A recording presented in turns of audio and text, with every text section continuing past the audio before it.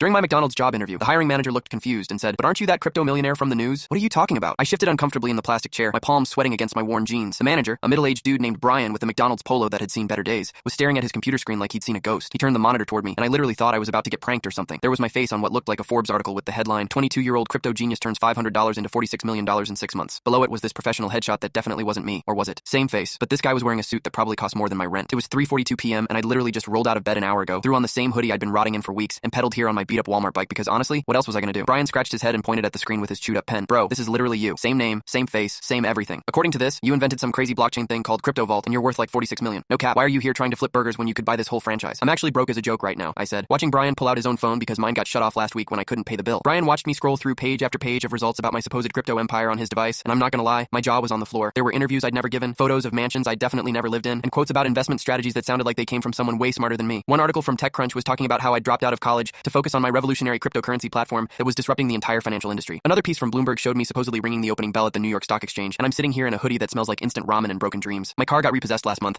and I'd been surviving off dry ramen because they shut my water off 2 weeks ago. My hands started shaking as I clicked through link after link, watching this fake version of my life that looked way better than anything I'd ever accomplished. Brian leaned back in his chair, giving me this look like I was either the world's worst liar or completely insane. "Dude, if you're really worth 46 million, this is the weirdest flex I've ever seen." I used Brian's phone to call my mom from the McDonald's break room, my voice literally breaking as I tried to explain what just happened without sounding completely unhinged. She put me on speaker so Dad could hear, and I could tell they thought I was having some kind of mental breakdown when I started reading them headlines about my supposed cryptocurrency fortune. Mom's voice got all worried when she asked if someone had stolen my identity, but this wasn't like normal identity theft where someone uses your credit cards. This was someone creating an entire fictional version of my life and somehow getting it published on actual news websites that people trust. Dad suggested calling the police, but honestly I wasn't even sure what crime had been committed because technically nobody had stolen any money from me. They just made me rich on paper. I biked home feeling like I was in some kind of simulation, stopping every few blocks to use free Wi-Fi at Starbucks to refresh Google and see if more articles had magically appeared. By the time I got back to my studio apartment, that's literally smaller than most people's closets, there were 17 new stories about my crypto success, including one claiming I just bought a $12 million mansion in Beverly Hills while I'm out here eating dry ramen with cold water straight from the package. The next morning, I woke up to 269 missed calls when I finally got Wi-Fi at the library, and my Instagram account exploded with thousands of new followers asking for investment advice. People were commenting on my post from 6 months ago where I'm literally eating cereal for dinner, asking how I turned such a small investment into millions and begging me to be their mentor. My LinkedIn, which I'd barely used since college, was flooded with messages from actual venture capitalists wanting to discuss partnership opportunities and reporters requesting interviews about my revolutionary technology that apparently doesn't exist. The most terrifying part was finding a Wikipedia page about myself that read like some kind of alternate reality where I was actually successful instead of a college dropout who delivers DoorDash when I'm desperate for gas money. The FBI's Financial Crimes Unit actually took my case when I explained that someone had created a fake $46 million empire using my identity. Agent Thompson met me at their downtown office, and I could tell she was trying not to judge my appearance when I showed up in the same clothes I'd worn to McDonald's. She took detailed statements while I showed her all the evidence I'd collected, explaining that this type of elaborate identity manipulation was rare but dangerous because it could be used to scam actual investors. After 3 months of investigation, they discovered that someone had been building this fake identity for almost a year, carefully placing stories across legitimate news sites and creating a digital paper trail that looked completely authentic to anyone who didn't know I was actually broke, living off my mom's Netflix password and doom scrolling for hours every day instead of doing anything productive with my life.